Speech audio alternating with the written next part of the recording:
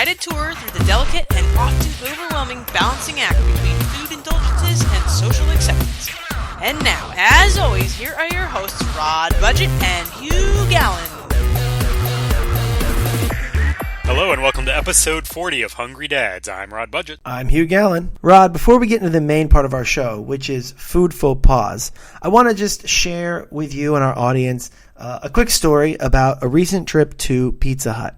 This is my first trip to Pizza Hut in quite a while. I don't frequent Pizza Hut. Do you go to Pizza Hut very often? I don't know who does go to Pizza Hut often. I used to, I guess, as a child, kind of in the Midwest and suburbs, and maybe that's who goes more often, but around here, and I know up where you are in New York, not many people actually go and sit down and eat Pizza Hut. Pizza Hut, I think a little bit like McDonald's, is struggling a little bit in market share, struggling a little bit. So they're trying all kinds of new stuff. They introduced a bunch of new crusts and new sauces to put on it, and I just think they're trying to do what they can to get people curious to come in to try Pizza Hut once again. And they had a recent pizza trick that got me in. I decided I'd give it a try. Have you heard about the hot dog bites crust pizza from Pizza Hut? I have heard about it. I don't remember where. I may have seen a commercial or seen it on the internet. It's not new for Pizza Hut to put things in their crust. I know when I was young, maybe in high school, the cheese stuffed crust pizza came out, and I liked it quite a bit. I ate Pizza Hut in my youth. It was one of the only things around. I remember the Book It program. Do you remember Book It? You got free pizza for reading books. Yeah, we had something similar, or if you got straight A's, you got a free pizza or something like that. And after a high school football game, pizzas where everyone congregated. So I have legitimate fond memories of Pizza Hut. And I catch a little flack here in New York City. I'm not going to sit here and say Pizza Hut's great pizza. I'm simply saying I have fond memories of the place, and I'll leave it at that. But out of morbid curiosity and as a service to our podcast listeners, I went into Pizza Hut to check out the hot dog bites crust pizza. Wow. Do you think this is something you would enjoy, Rod? What's your instant reaction to this? I think I would enjoy the pizza part. I don't know if I would enjoy the hot dog stuffed crust, just because I feel like it's way out of place. I like hot dogs. I like hot dogs on a bun with some mustard and maybe some relish, but I don't know, after the tomato sauce and the cheese and whatever toppings on the pizza, a hot dog just seems wildly out of place to me. If you want to read my review, you can go to hungrydads.com. It's right there.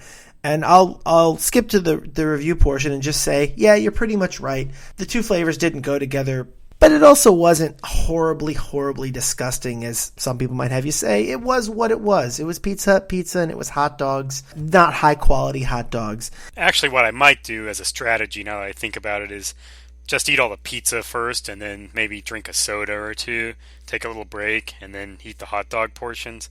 The hot dogs might get cold. I don't know how hot they are to begin with, but that's one thought. The commercial I saw had people taking off the hot dog bites and dipping them in mustard as if it was their first course, and then eating the pizza as a second course.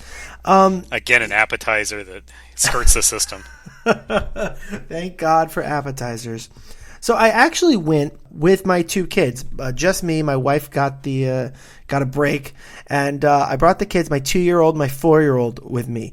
And the first thing I'm going to remark on is that when I was out with my 2 and 4-year-old, the first tough decision I had to make was realizing that I couldn't order soda, or I wasn't going to order a soda. Yeah. I will order a soda when I'm there with my wife, actually, but with the two kids alone, it seemed like I was going to be constantly either hypocritically drinking a soda and denying it to them, or defending my soda without any sort of help. So I just stayed away from the soda, and I immediately was kind of sad about that, because if I'm going to go in and sit down for pizza, soda just goes right with it. Pitchers of soda, that's a flashback memory. Yeah. At Pizza Hut. They would bring out the pitchers when the big group. That was always a great sight. Yep.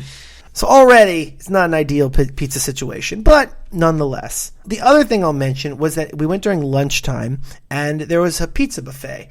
And that buffet was tempting. It was convenient. It was right there. I'm there with the kids who were ready to eat. We were going to have to wait to order a pizza. But I went there on a mission. I went there to order the hot dog bites pizza. So I was able to stay on task and avoid the buffet.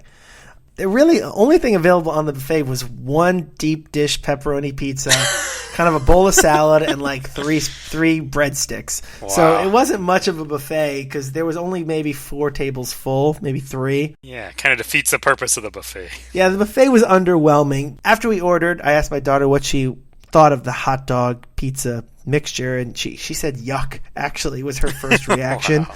We waited about, I think I literally counted and I answered the question to where's our pizza, when's our pizza coming, about 15 times. But the kids were good, and it came out. The first thing I noticed about it was, like I said, the two tastes didn't go particularly well together. The whole thing was pretty salty.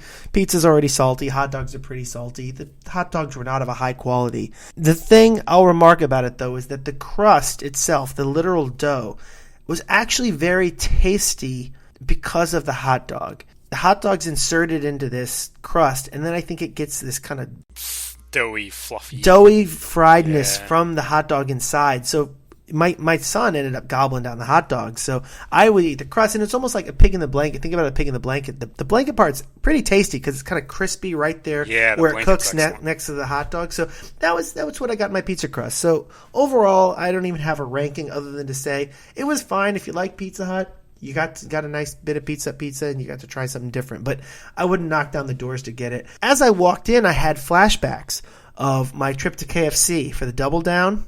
I talked about that in episode 2, and I've written a little essay on hungrydads.com about it. And basically, my takeaway from that was kind of an odd feeling of shame or discomfort when I ordered it, and an odd bit of maybe judgment from the server and from other patrons. And I got to say, I was a little more emboldened this time. I wasn't quite so insecure. And I don't think I got quite the same reaction. I got a very matter-of-fact reception from my server. And in fact, as I was eating it, another patron came in and kind of craned her neck, and I was ready for the comment. And what she actually asked was, how is it we're going to order it and try it? Wow. I also think when you have the kids with you, like they're kind of scapegoats with like things like this. The kids want the hot dog pizza, the crazy kids. It was a great cover. You're absolutely right. If you go back to my KFC Double Down story, I was alone. Flying I was solo. a single man flying solo going for a Double Down sandwich. In this case, I'm with kids going to Pizza Hut. Definitely a lot more cover. I agree. Hungry Dads. So tonight we want to talk about food faux pas. And I took a little bit of French in college, and faux pas actually translates to false pas. Ooh la la. C'est cher. Très impressive. Bringing some class to the podcast, folks. Actually, we're doing the opposite of that. You took French, huh? Yeah, it's a romance language. The girls love it.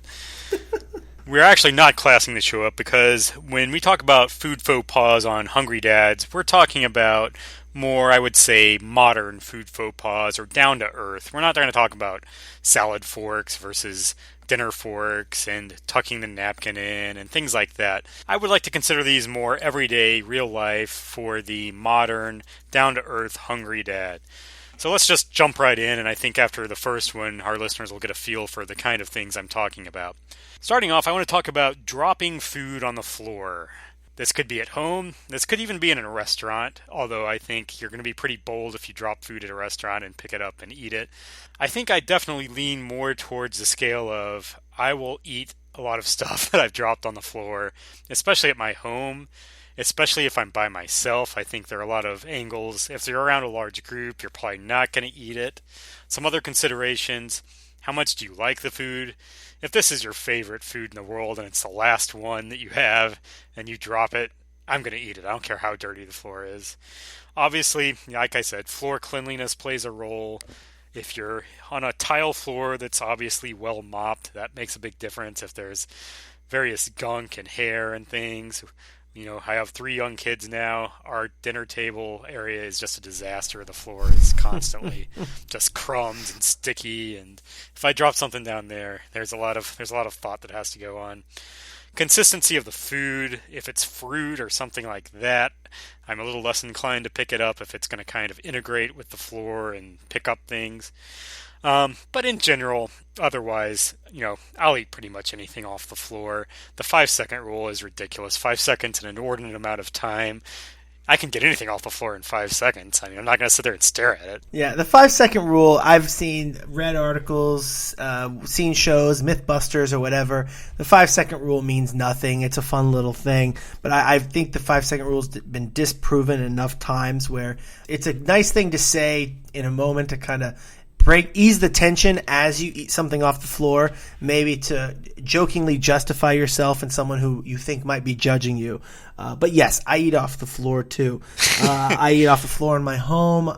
Have you ever eaten off the floor at a restaurant? I almost certainly have. My major consideration there, in addition to everything you already added, I mean the wetness of the food. I mean, a piece of bologna is different than a French fry in what it's going to absorb. If you're eating bologna at a restaurant, you're already having a bad day.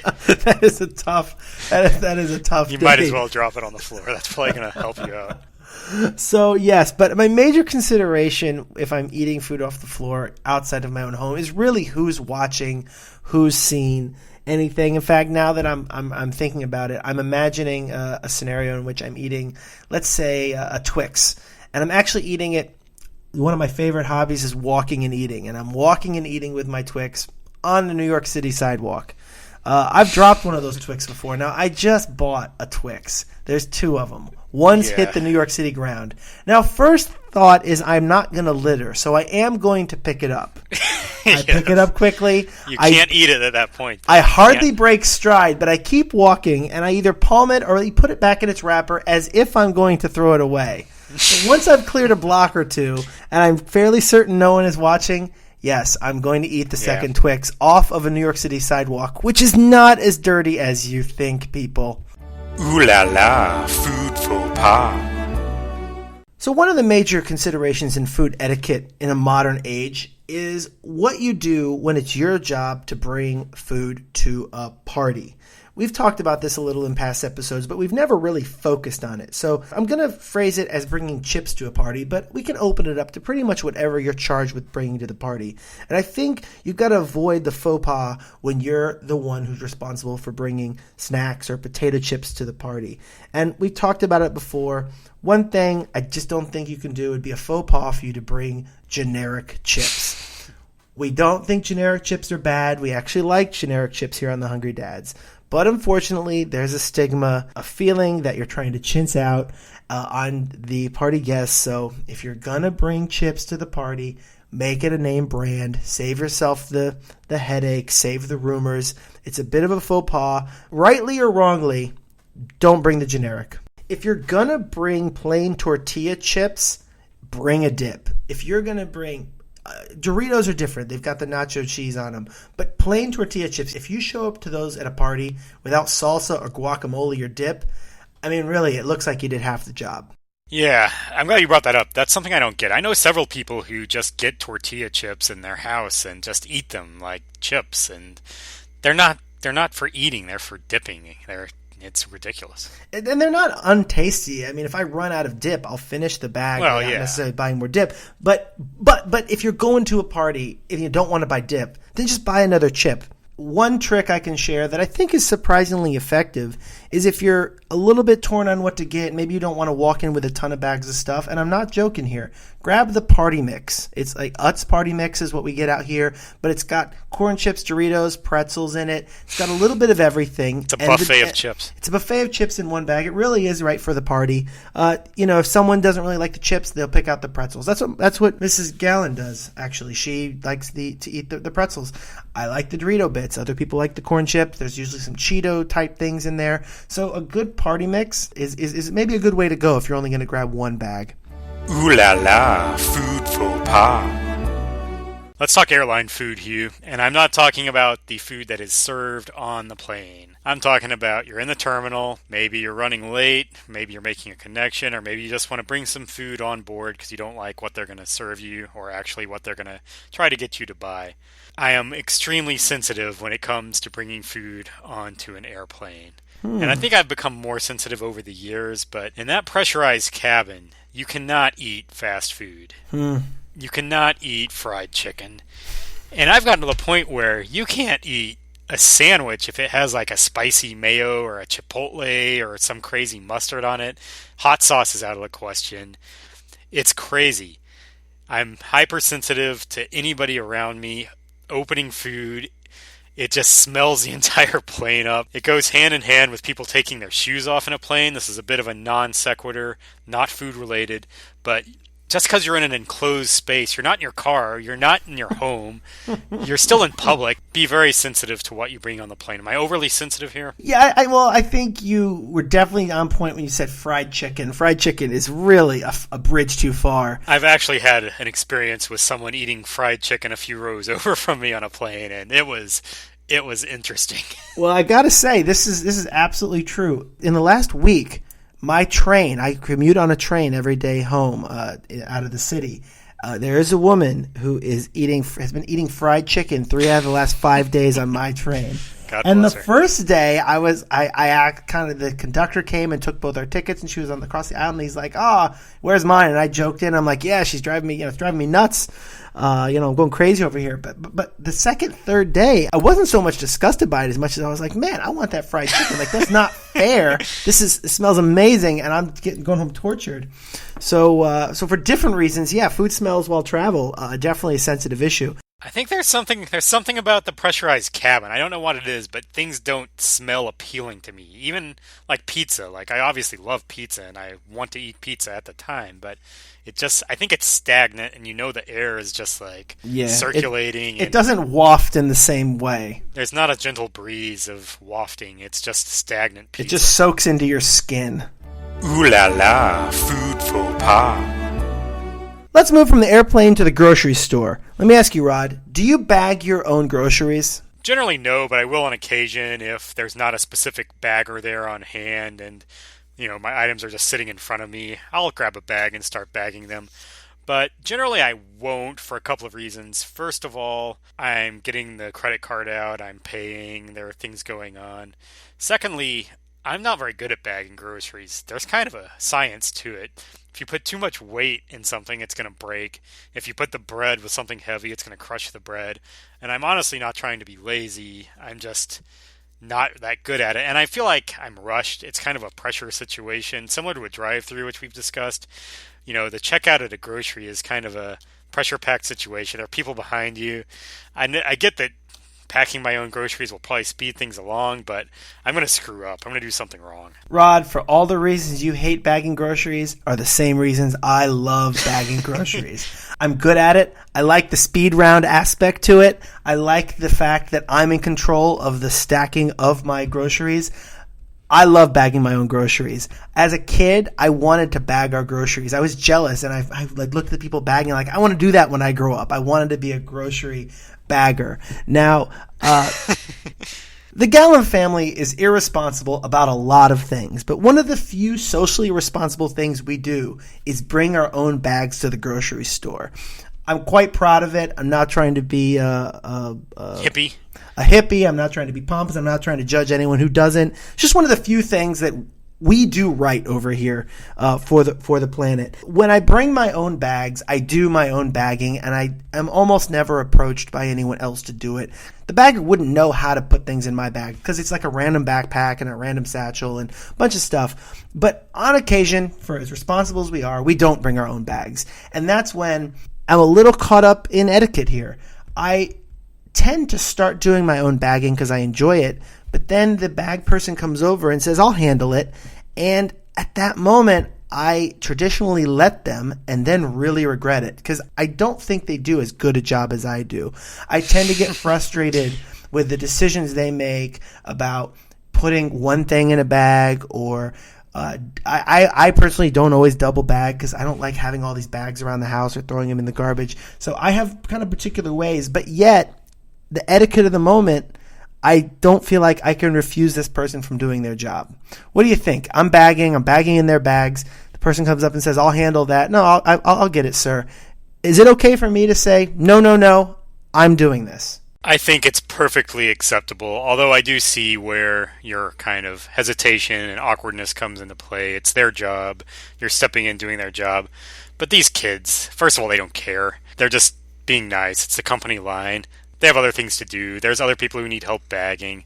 So if they see a go-getter, if they see a guy who has a passion for bagging like you do, they're probably going to be impressed. They're probably going to watch you. They might observe.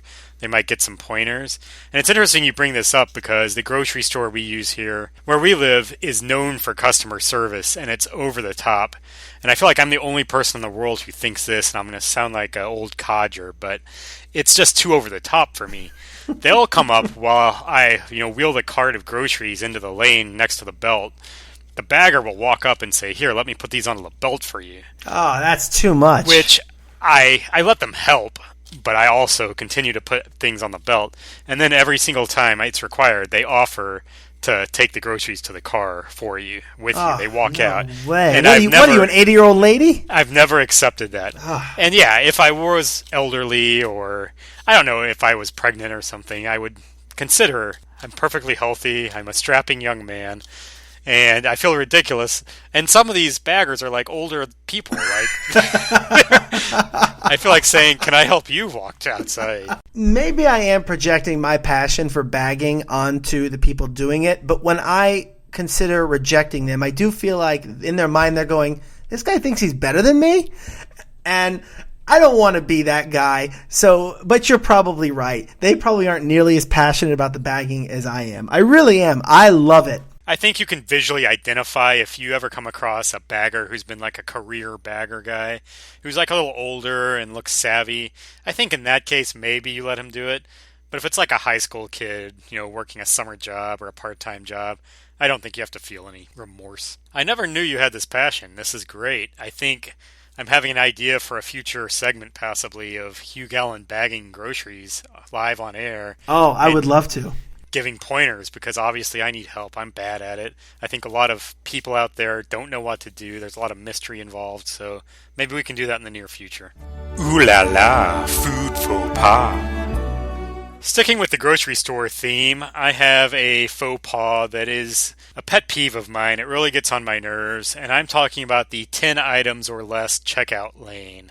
I am constantly seeing people with 15, 20 items going in the 10 items and less aisle. I never see people with like overflowing carts or just tons of groceries in there, but people are definitely skirting the system. The grocery store I go to lets them through. They don't say anything. I think that's generally the policy, but you got to draw the line somewhere. Like, it's 10 items or less. It's not 13. It's not 16. I think these people are saying, "Oh, I don't have a lot, so I can still go in the 10 items or less." But this is a huge faux pas in my mind. I have my one soda I'm trying to buy, and now I have to stand behind somebody who has 16 items. I do have a question regarding the whole situation that I've run across. Do you think multiples of the same item count? If I'm buying like 12 oranges, can I still go in the 10 items or less line? Or is that 12 items? It is 12 items, but it's all weighted on the same scale.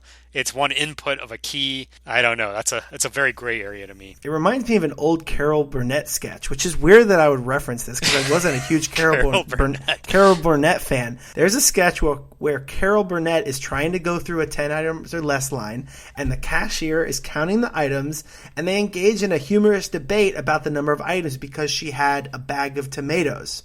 And as the humorous argument escalates, Carol smashes the bag and says, "1 bag of ketchup, now ring me up." And I remember finding that very, very funny. Yeah. So to answer your question, I think both Carol Burnett and I agree that a bag of oranges would be 1 item. I think that's fair because it does get rung up as 1. Do you run into the problem of people skirting the system, or is it more of a suburban thing, do you think? I really don't see that. I don't see the 10 items or less line lit up that much, actually. But I think there's a respect for it from where I see. I feel like there's peer pressure to do otherwise. In fact, the few experiences I can remember with the 10 items or less, I believe any such disputes were settled in the waiting line. Someone assessed another person's batch and goes, "That's more than 10."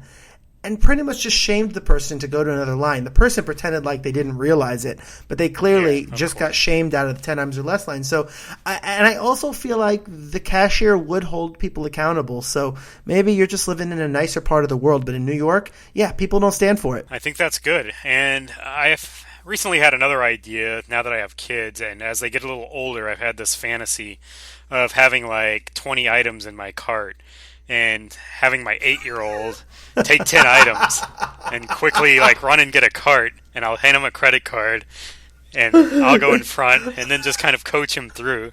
And there, bammo, we've saved like 7 minutes right there. I love that you describe that as a fantasy, because you're exactly right. You're standing in line, Exactly. you're starting to scheme it out, and you're like, legally that has to work. Yeah, there's nothing And now wrong you with want to do it. Yes, It's I a will do fantasy.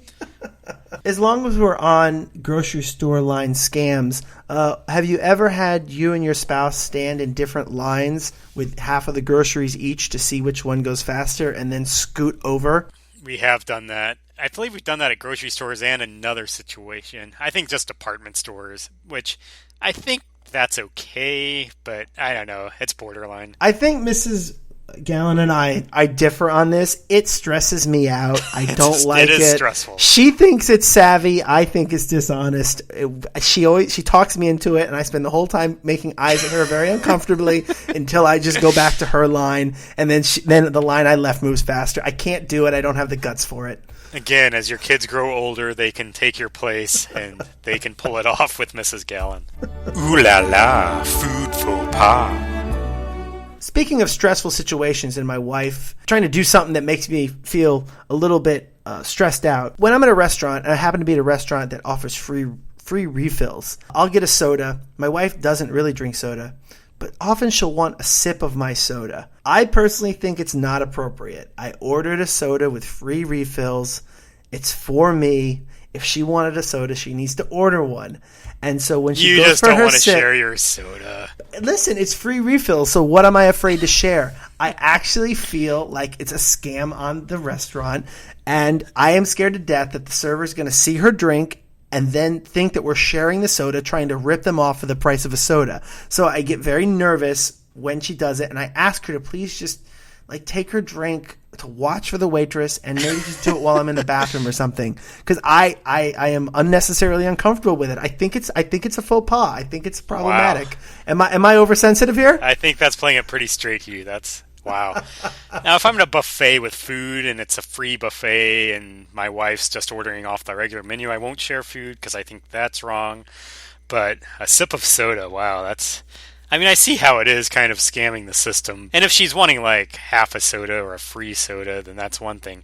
But my wife and I actually will go to Panera quite a bit, and I'll get iced tea with free refills, and they have the plastic cups, and I always get her a to-go drink because I get my 3 or I'm done, and I get her one to go. So we're definitely scamming the system. Oh, I think that's surprisingly okay. different. So your last one you go with and give it to her. I get it to go, yeah. It's already a plastic cup, so it's easily taken, and I've had all the soda I can drink, and it is labeled as all you can drink. Yeah, Is that a loophole? I think that's okay because you're drinking the last one off premises. It's almost as if you've... But I'm getting it on premises. You've drank all you can drink, which is the rule, and then they allow you to leave the premises with one more cup. I do think what you do with that cup is up to you. You could put it in your fridge and have it later. You can find room for it. Or, yes, I think you can give it to your wife. I actually think that's different. So I think with you, it sounds like more like a concern of getting caught. You know what? You might Maybe be right. that's what it is. And I gotta say that's true of most of my things as far as my conscience. I mean, you just heard me say I eat a Twix off the sidewalk, and my only hesitation is not shame or health. It's just being caught. So yes, you're right. It is about being caught. It's about being in trouble. It comes down to my own personal integrity and reputation. And I can imagine a restaurant manager going, "Hey, you." I saw him drink that soda. Out of here. Now you're drinking it? You guys are out of here. I'm calling the cops. I don't need that kind of aggravation. Ooh la la, food faux pas. Let's talk about the etiquette involved in ordering a pizza or several pizzas with a group of people. We're talking about toppings here. Everyone's got their favorite toppings. How strongly do you assert your preferences when you're dealing with a group? What I found with pizza toppings with myself and most other people, which makes it a little easier, is not many people object to a lot of things. I think most people object to 2 or 3 things. So what I'll always say in a group of people is, I'm fine with anything except anchovies or green peppers. I like everything else. Usually they're ordering enough where if they want to get one pizza with anchovies, then so be it, and there's plenty left for me. So I'll usually say what I don't like, but I won't usually say I definitely need pepperoni or I definitely need mushrooms and black olives, because I find all of it pretty delicious. I think that's a great strategy, and it's almost the strategy I follow, except I'm not quite as specific as you, but I'm going to start being so specific as you are. I got caught in a bad situation about a month ago. I was with a mixed group of people, and we were ordering pizza, and my standard line tends to be, I like pretty much anything. I'll eat anything. I don't want to be a bother. And that tends to work out for me. But in this particular case, the response was, okay, so olives and green peppers, that's good. Now, I've just said I'm good with anything. I don't like olives or green peppers. When you say that, you're assuming the other person is going to pick up on the social cues of, or they're going to be like knowledgeable enough that a lot of people don't like these niche items. Yeah, not so much social cues, but I'm just gambling on the fact that they'd order something pretty straightforward. It was different. It was a relatively mixed group. And to be fair, in this situation, it was already decided one plain pie would be ordered. But when I did the math, the plain pie advocates had pretty much laid claim to it, which was to say the second pie being ordered was going to be mostly my pie, because people in the room said I like plain, and then the second one was going to get toppings, and I just was kind of gambling that the topping would be a pretty standard topping. Then it came out that it was going to be peppers and olives, and trying to be accommodating and kind of feeling backed into the corner I made for myself, I said, yeah, that sounds fine.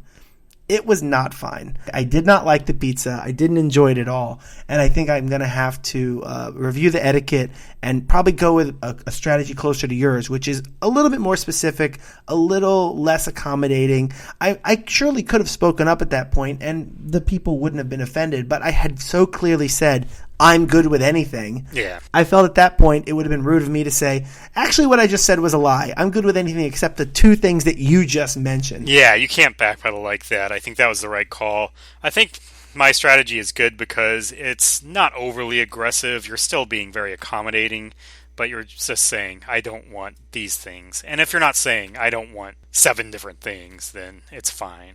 And most people like most pizza toppings, so I think it's a good strategy. Hungry Dads! Visit our website at hungrydads.com. Follow us on Twitter at hungry_dads. This has been a Hungry Dads production. Is it okay for me to say, do I have legitimate fond memories of Book It program?